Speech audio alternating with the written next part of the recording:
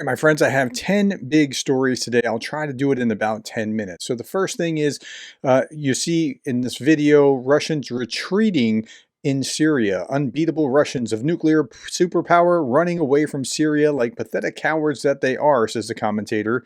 Help Ukraine to ensure that these butchers won't abuse anyone else anywhere anymore. The Syrians are not all that happy with the Russians, and they're happy that the Russians are getting out of their land. Meanwhile, someone created this meme of Assad looking through a peephole and finding Putin and Kim out there waiting for him, ready to have a drink.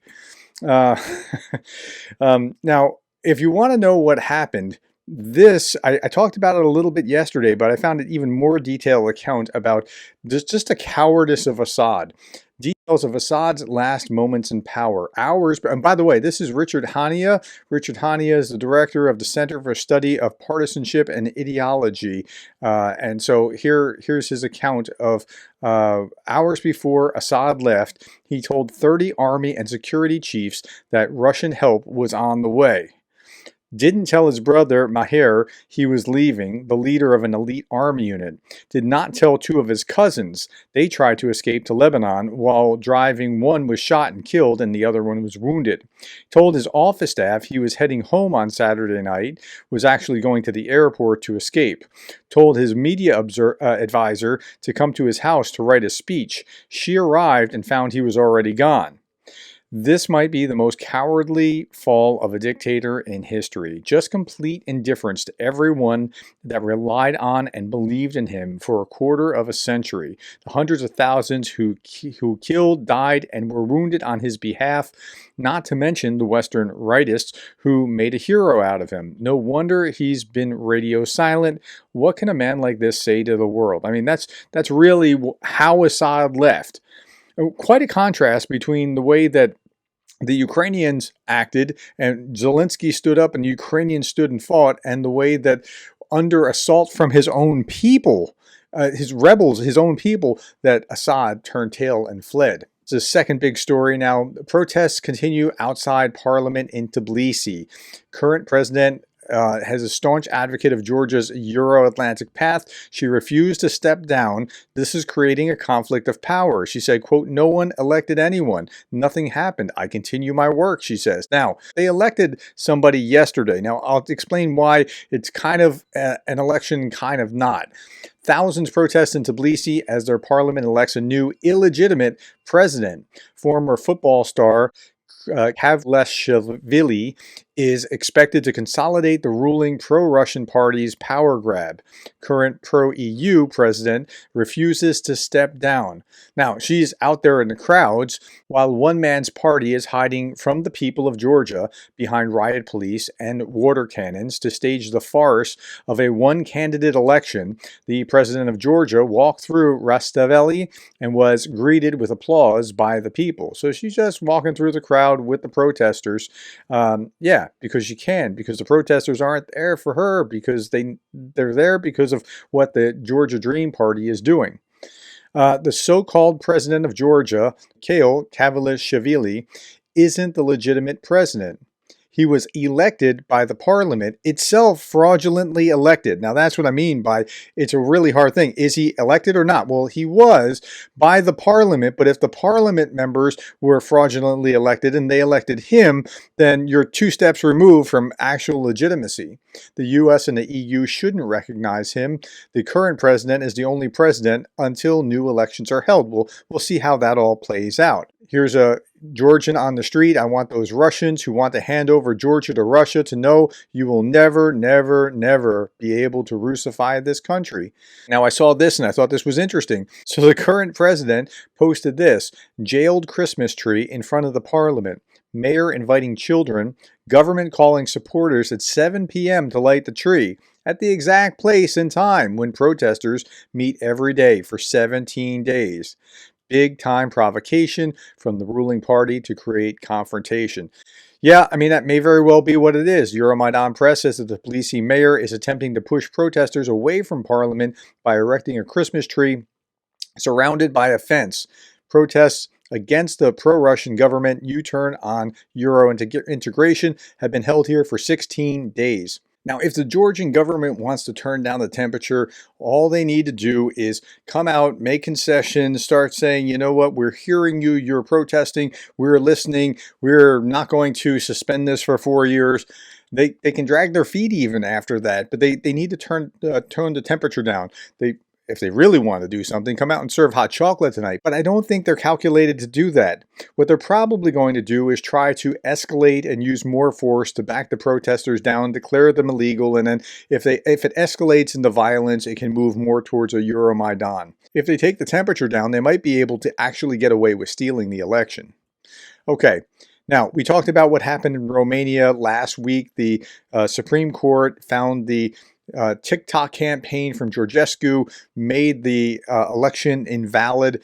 Clear evidence showed that Georgescue's campaign was illegally boosted by an army of Russian bots. Well, then Bulgaria started looking at it. Russian propaganda campaign in Bulgaria and Romania uncovered 69 million euros funneled for disinformation. And this person said, imagine how much they spent on propaganda in the US. Yeah, well, now we're looking at Moldova. Like, the hits just keep coming. The operation, orchestrated by Russian intelligence and coordinated by a Moldovan businessman, employs various tactics to undermine Moldova's sovereignty and influence voter behavior. Like, it's just, they have weaponized social media to such a tremendous degree. It's hard to see where they're not involved. Okay. Yesterday, I was talking about drones spotted in the United States and over Germany's Ramstein air base. And so I'm trying to understand how much of this is actual drones, how much of this is a psychological phenomenon that now once people hear about it, they start looking for it and they see it where it's not. How much of this might be nefarious means, I just can't tell yet. It's so opaque. So let's not jump to any conclusions just yet, but something's happening and we're not sure exactly what.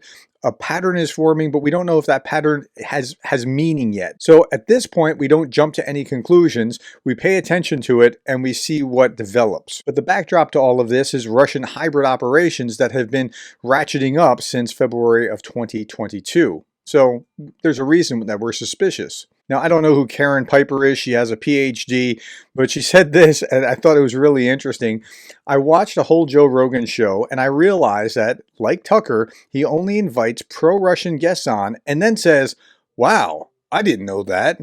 That's it. That's the whole show. Well, that's interesting because that's not journalism. Now, in his defense, he's not claiming to be a journalist. He is a podcaster just having a show, whatever. Tucker claims to be a journalist where he's really more of a commentator. Now, I did this video about a week ago looking at what Joe Rogan actually said and then answered those questions. So if you want to see what equal time looks like, go back to this video.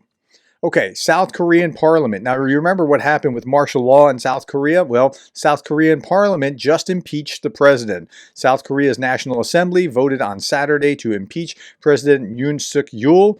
The impeachment was supported by 204 lawmakers, while 85 voted against it. Okay, so that wasn't supposed to go that way. He was supposed to have an impeachment-proof majority by 8 members, and apparently many members of his party actually broke against him and voted to impeach.